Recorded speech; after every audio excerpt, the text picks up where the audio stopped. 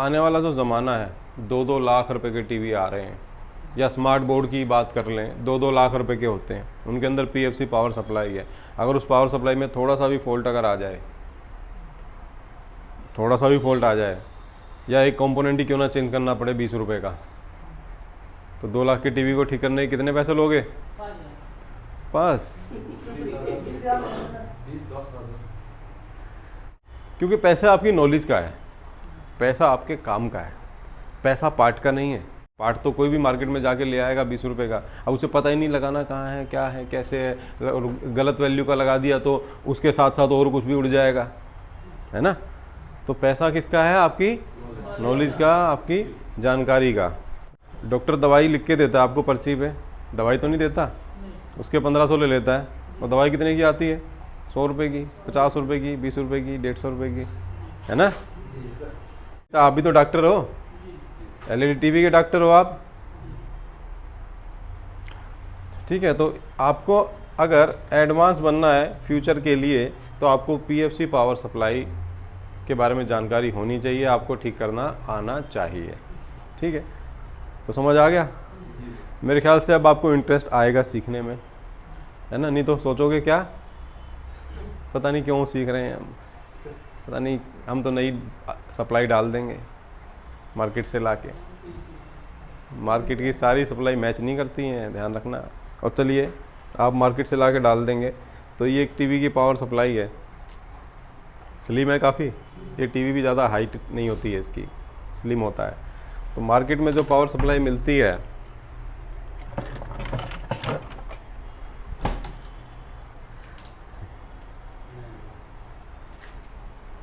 Fit हो जाएगी, बाहर लटका देना इसको, टीवी के बाहर लटका देना है।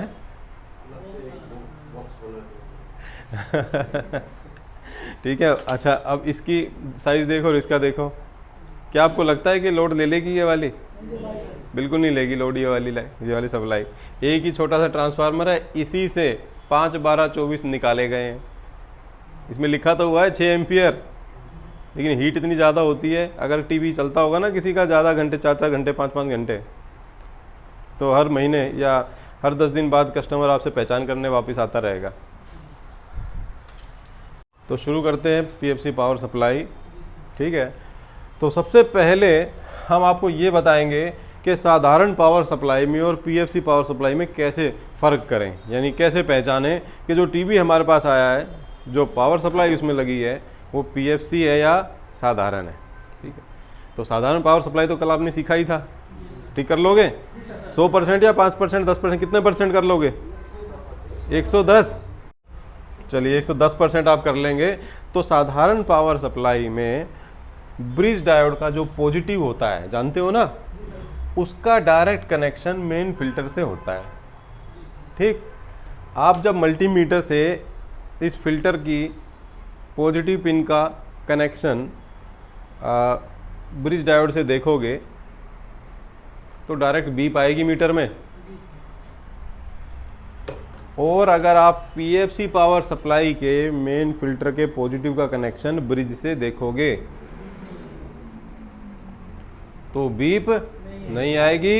इसके फिल्टर का प्लस का कनेक्शन ब्रिज डायोड के पॉजिटिव से डायरेक्ट नहीं है, ठीक है।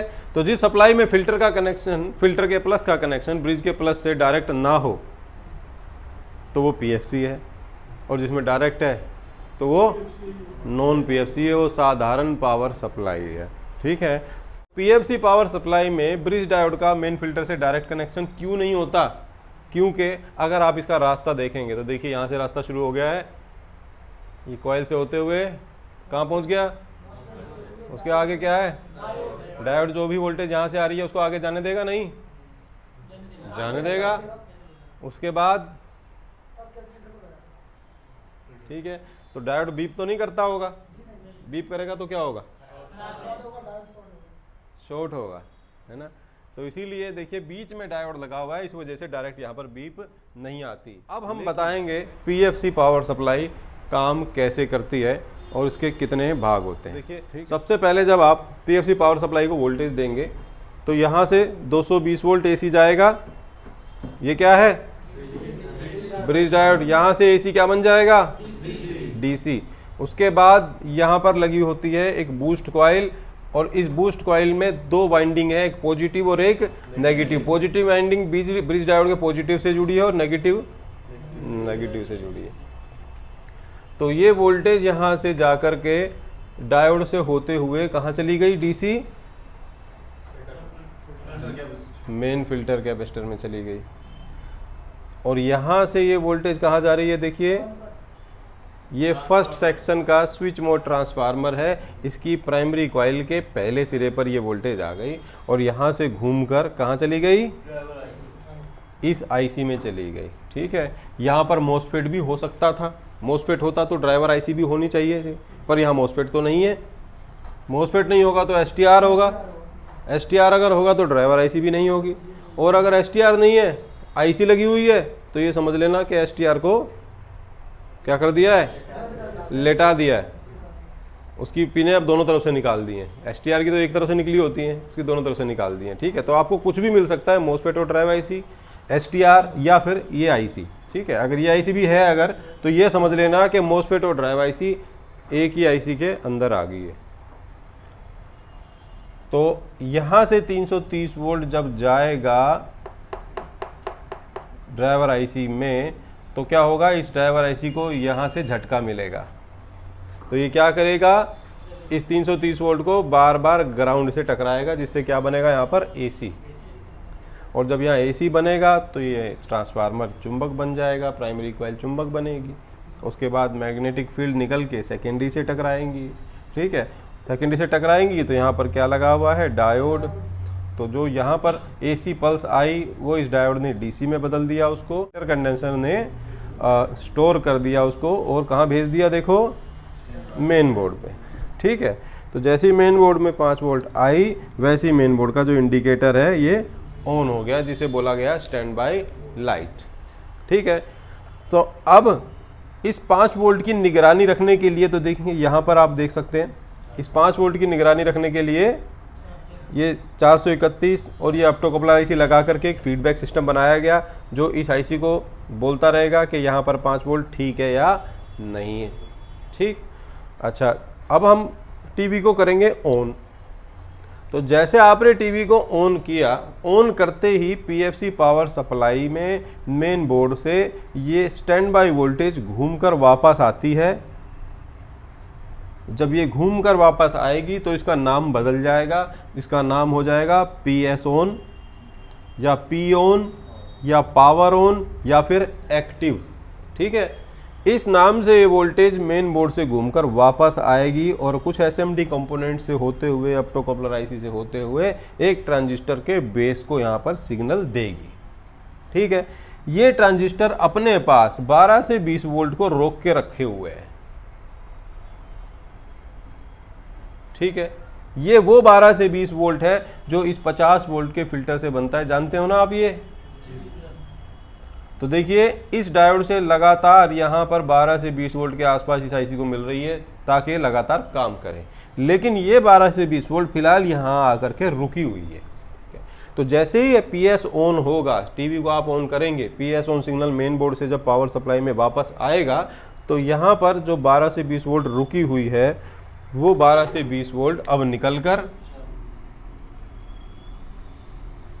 सेकंड सेक्शन के ड्राइवर आईसी को मिलेगी और उसी समय पर थर्ड सेक्शन की ड्राइवर आईसी को भी मिलेगी। और जब इन ड्राइवर आईसीओ को वोल्टेज मिल जाएगा कितना, 12 से 20 वोल्ट के आसपास जब मिलेगा तो ये आईसी क्या करेगी, इस मॉसफेट के गेट को खोलने और बंद करने वाला सिग्नल भेजेगी, जिसे क्या बोलते हैं, ऑसिलेशन। आसान भाषा में क्या बोलते हैं, गेट को खोलने बंद करने वाला सिग्नल भेजेगी, जिससे क्या होगा, ये जो वोल्ट है ना यहाँ पर डीसी, वो कहाँ जाएगा, ग्राउंड से बार बार टकराएगा, जिसकी वजह से क्या होगा, ये कॉइल जो एसी बनेगा उस एसी को ये कॉइल क्या कर देगी, बूस्ट। जब ये कॉइल बूस्ट करेगी तो एसी को डीसी बनाने के लिए डायोड है, तो यहाँ पर जो भी बूस्ट होगा उसको ये डीसी बनाकर ही आगे भेजेगा, एसी नहीं जाने देगा। तो जब डीसी बनाकर ही आगे भेजेगा तो यहाँ पर जो वोल्टेज टीवी ऑन करने से पहले थी, टीवी ऑन करने से पहले यहाँ पर वोल्टेज थी 330 वोल्ट के आसपास, लेकिन जब आप टीवी को ऑन करेंगे यानी जब पावर सप्लाई चालू हो जाएगी, सेकंड सेक्शन अपना काम करना शुरू कर देगा, तो उसके बाद जब आप चेक करोगे ना मेन फिल्टर पे, तो आपको 400 वोल्ट के आसपास मिलेगा। ठीक है, तो पहले क्या था, 330 था, लेकिन जब आपने पीए सप्लाई को ऑन किया यानी जब आपने टीवी को ऑन किया और सेकंड सेक्शन ने अपना काम शुरू कर दिया, तो सेकंड सेक्शन ने स्विचिंग करा करके यहाँ से बूस्ट करके अपनी तरफ से 50 से 60 वोल्ट का योगदान और दे दिया। यहाँ पर 330 से कितने हो गए, 400 के आसपास यहाँ पर आपको मिलेगा। ठीक है, तो सेकंड सेक्शन का काम होता है बूस्ट वोल्टेज बनाना। क्या काम, बूस्ट बनाना। ठीक है, उसके बाद यहाँ पर आप देख सकते हैं थर्ड सेक्शन में 2 मॉसफेट लगे हुए हैं। ठीक है, तो ये बूस्ट वोल्टेज इस मॉसफेट से होते हुए कहाँ टकराएगी, दूसरे मॉसफेट के ड्रेन से। पहले मॉसफेट से एंटर हुआ और दूसरे मॉसफेट के ड्रेन से होकर ग्राउंड से टकराया। ठीक है, और ये टकराएगा कब, जब ये ड्राइवर आईसी काम करेगी। ठीक है, और यहाँ पर चाहिए इसको 12 से 20 वोल्ट, जो कि पीएस ऑन करने के तुरंत बाद इन दोनों को एक ही समय पर मिल गया था। तो जब ये थर्ड सेक्शन काम करेगा, स्विचिंग करेगा, तो यहाँ पर भी वही बनेगा एसी पल्स। ये मैग्नेटिक फील्ड जब सेकेंडरी से टकराएंगे तो यहाँ पर आप देख सकते हो डायोड और फिल्टर लगे हुए हैं, तो एक डायोड से बनेगा 24 और एक से बनेगा 12, और इस 12 और 24 को लगातार एक जैसा बनाए रखने के लिए 431 और ऑप्टोकपलर आईसी मिलकर के, जो ये फीडबैक सेक्शन है हमारा, ये दोनों मिलकर वोल्टेज के सही और ख़राब होने की सूचना ड्राइवर आईसी को देती रहेगी। तो ना तो यहाँ वोल्टेज बढ़ने देगी ना ही घटने देगी। ठीक है, तो इस तरह काम करती है पीएफसी पावर सप्लाई। ठीक है, तो अब आपके पास एक एक पीएफसी पावर सप्लाई है, तो अब आपको उस पावर सप्लाई में जो कनेक्टर लगा हुआ है उस कनेक्टर पे आपको मुझे बताना है 5 वोल्ट कहीं पे लिखा हो तो, या 3.3 कहीं लिखा हो, या लिखा हो स्टैंड बाय। ठीक है, और पीएस ऑन भी लिखा होगा किसी एक पिन पर, तो पीएस ऑन किसी पे ना लिखा हो तो लिखा होगा पी ऑन, पी ऑन ना हो तो लिखा होगा पावर ऑन, और पावर ऑन भी ना हो तो क्या लिखा मिलेगा, पक्का सर। अच्छा चलिए बढ़िया है, स्टैंड बाय 3. शाबाश, वेरी गुड, पावर ऑन भी लिखा है सर। बहुत बढ़िया बहुत बढ़िया बहुत बढ़िया जी, बहुत बढ़िया, वेरी गुड, बहुत बढ़िया, 18 नंबर में लिखा है, ये 18 नंबर। शाबाश, बहुत बढ़िया जी, बहुत बढ़िया जी, वेरी गुड, बहुत बढ़िया।